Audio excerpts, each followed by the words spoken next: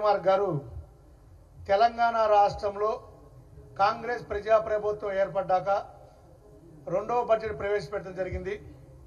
ఈ బడ్జెట్లో చాలా స్పష్టంగా అభివృద్ధి, సంక్షేమం, సుపరిపాలన, ప్రజా సంక్షేమం స్పష్టంగా కనబడుతుంది. ఈ బడ్జెట్లో ఈ రాష్ట్రంలో అన్ని వర్గాల ప్రజల్ని సమతుల్యం చేస్తూ ఒక పక్క అభివృద్ధి, ఒక పక్క సంక్షేమం, ఒక పక్క రైతులు, ఒక పక్క మహిళలు, ఒక పక్క విద్యార్థులు, ఒక పక్క పాఠశాలలు, విద్యా వ్యవస్థ, వైద్య రంగం, ఏ రంగాన్ని విస్మరించకుండా అన్ని రంగాల్ని సమతుల్యంతో అద్భుతమైన ప్రజారంజక బడ్జెట్ ప్రవేశపెట్టిన గౌరవ ఆర్థిక శాఖ మంత్రివర్యులకి బట్టి విక్రమార్క గారికి ప్రత్యేక కృతజ్ఞతలు, ధన్యవాదాలు తెలియజేస్తున్నాం కాంగ్రెస్ పార్టీ నుంచి. అదేవిధంగా తెలంగాణ ప్రజల తరపు నుంచి కూడా ప్రత్యేక కృతజ్ఞతలు తెలియజేస్తున్నాం.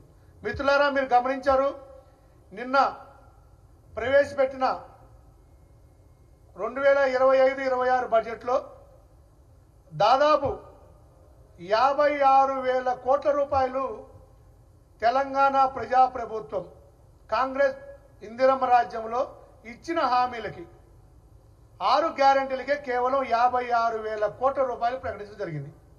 అదేవిధంగా వ్యవసాయ శాఖకి 24,000 కోట్ల రూపాయలు, విద్యాశాఖకి 23,000 కోట్ల రూపాయలు, పంచాయతీరాజ్ శాఖకి 31,000 కోట్లు, మరోపక్క మున్సిపల్ పట్టణాభివృద్ధికి 17,000 కోట్లు, రెండు కలిపి 48,000 కోట్ల రూపాయలు.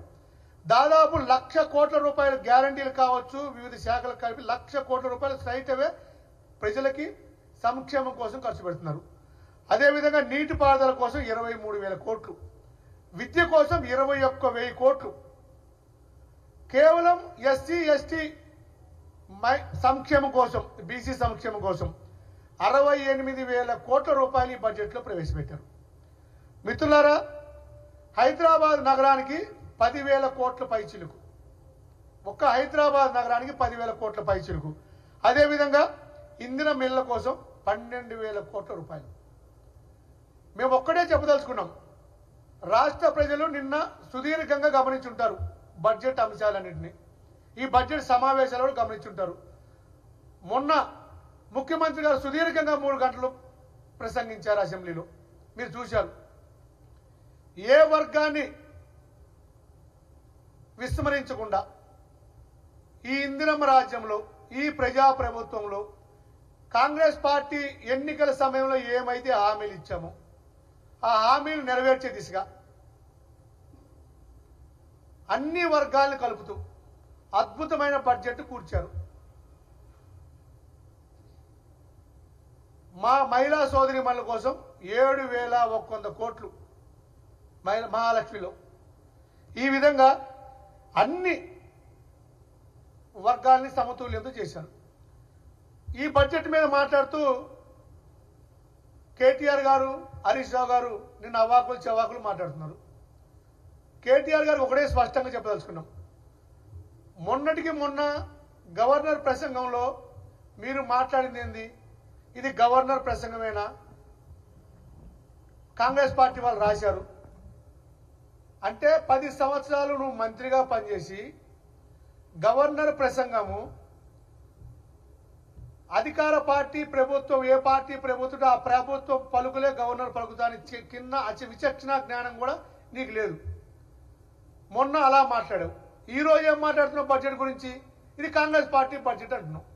అవును, మరి కాంగ్రెస్ ప్రభుత్వం కాంగ్రెస్ పార్టీ బడ్జెట్ పెట్టకపోతే మీ బడ్జెట్ పెడుతుందా? ఆ కొంచెం తెలివన్నా ఉండాలా కేటీఆర్కి? ఉండాలా వద్దా? అసలు ఫస్ట్ కేటీఆర్ వాళ్ళు అయిన అడగాలి. 1,50,000 కోట్ల రూపాయలు ఏం చేశారు, అప్పులు తెచ్చారు.